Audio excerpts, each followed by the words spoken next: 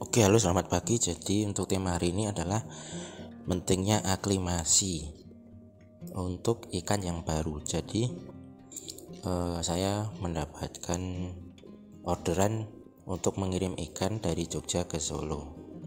Nah, sampai di sana itu ikan itu masih hidup. Mungkin ada beberapa yang lemas.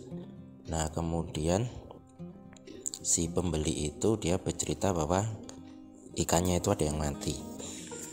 Nah, kemudian saya tanya, baik, itu sudah aklimasi, Kak? Kemudian aklimasi itu gimana ya?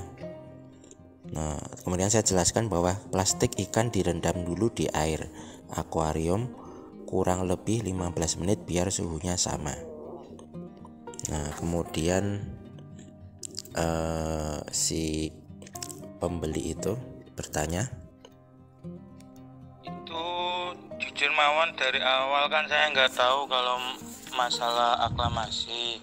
Jadi dari awal tuh saya nggak saya aklamasikan. Terus saya itu kan sebenarnya buat buat kalau ada mati kan buat ngeklaim, katanya suruh unboxing. Saya video unboxing udah semua, baru saya baru langsung saya masukkan, nggak tanpa saya aklamasikan. nah, jadi di sini Jujur si pembeli lupa mengaklimasi.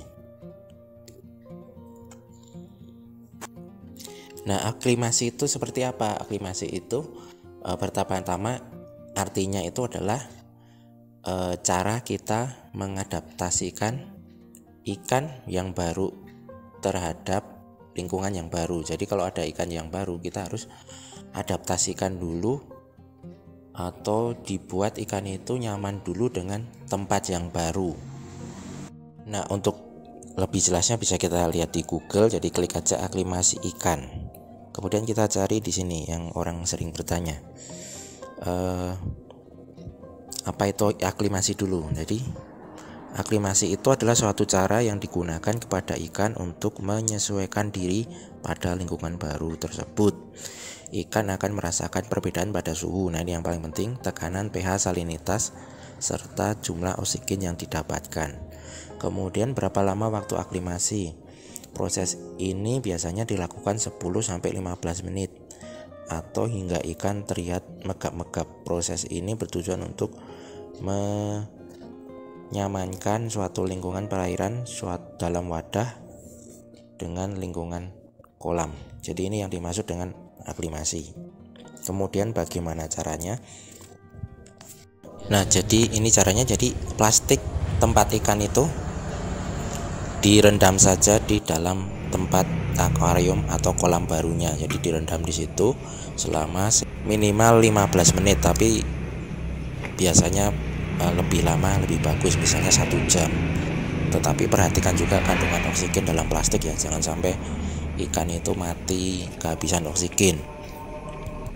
Kenapa ini harus dilakukan? Karena ikan itu berdarah dingin ya, jadi dia tidak bisa mengatur suhunya sendiri, tapi suhunya itu atau suhu dalam tubuhnya itu yang diatur oleh lingkungannya.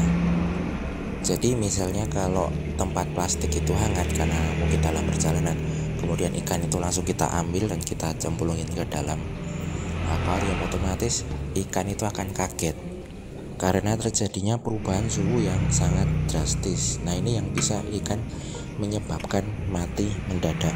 Kemudian untuk airnya bagaimana? Nah, air dalam plastik tempat ikan itu bisa kita buang atau bisa kita juga masukkan ke dalam akuarium baru itu.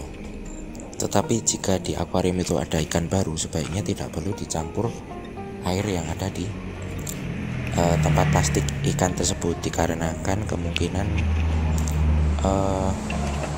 plastik tersebut mengandung penyakit atau mungkin parasit. Jadi takutnya nanti menyebar ke ikan yang lain yang ada di tank.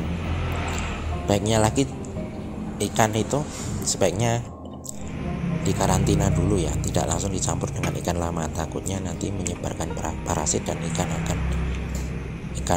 semua ikan yang ada di tank itu akan mati.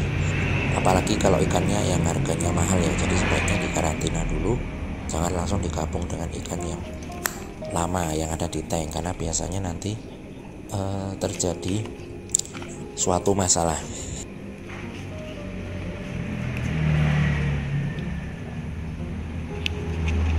Nah, di sini kebetulan akuariumnya itu kosong, jadi hanya saya pakai untuk khusus ikan itu saja. Nah, kalau semisal ada ikan di situ, biasanya saya karantina dulu di tempat lain, bisa di ember atau di baskom atau di mana saja. Oke, selamat pagi, siang, sore, dan malam.